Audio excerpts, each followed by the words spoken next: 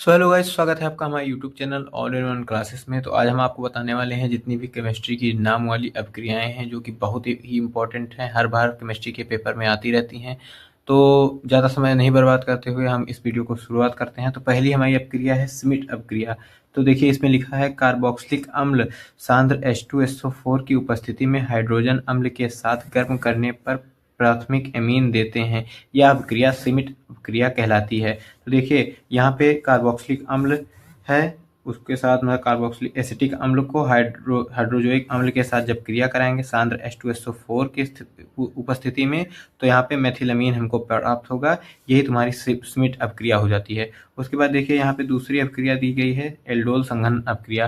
तो एल्डोल संघनन अपक्रिया में कहता क्या है, वे एल्डिहाइड तथा कीटोन जिनमें अल्फा हाइड्रोजन परमाणु उपस्थित होता है तनु क्षार अथवा तनु अम्ल की उपस्थिति में संघनन द्वारा एल्डोल व कीटोन प्राप्त होते हैं, उन्हीं को एल्डोल संघनन कहते हैं। तो इसमें देखिए क्रिया कैसे करना है आपको। यहाँ पे CH3E, उसके बाद में bond CH double bond O, फिर प्लस में HCH2, फिर बॉन्ड CHO लेना है, तब उसके बाद में तनु हाइड्रोजन का उपस्थिति ले लेना है।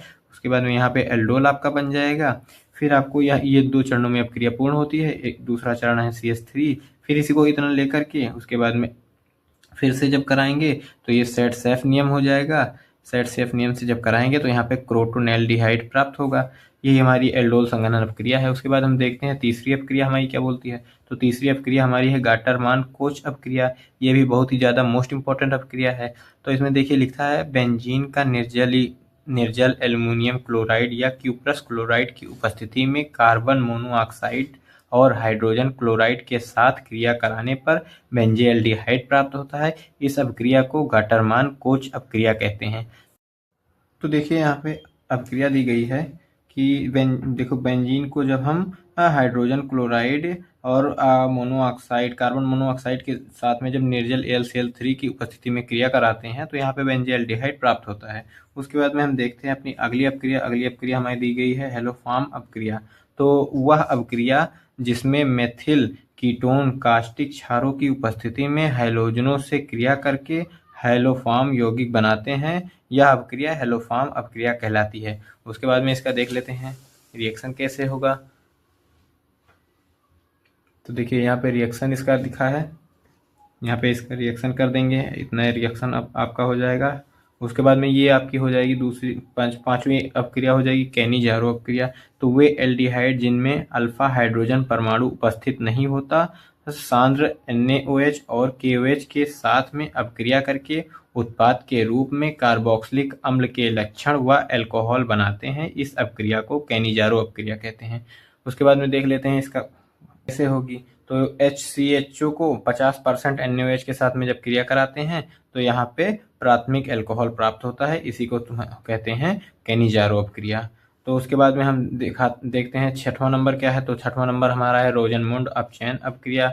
इस अपक्रिया में अम्ल क्लोराइड का PdBaSO4 की उपस्थिति में एल्डिहाइड से अपचयन किया जाता है। BaSO4 उत्प्रेरक विष की भांति व्यवहार करता है तथा एल्डिहाइडों के अल्कोहल में अपचयन में नियंत्रित करता है। यह क्रिया रोजनमुंड अपचयन कहलाती है।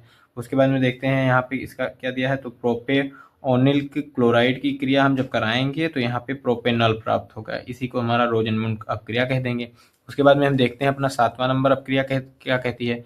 तो सातवां नंबर अपक्रिया कहती है क्लीमेंसन अपचयन अपक्रिया है।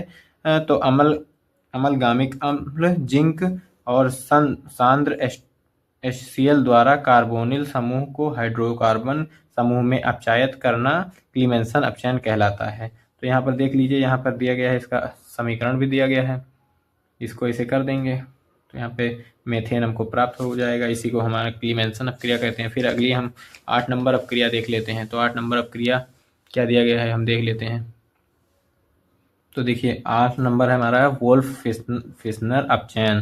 तो क्षारीय हाइड्रोजीन को NH2NH2 द्वारा कार्बोनिल समूह को हाइड्रोकार्बन समूह में उपस्थित करना वोल्फ फिश्नर अपचयन कहलाता है।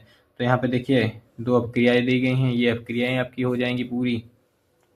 उसके बाद में हम देखते हैं 9 नंबर हमारा क्या कहता है। तो 9 नंबर हमारा कहता है वी कार्बोक्सिलिक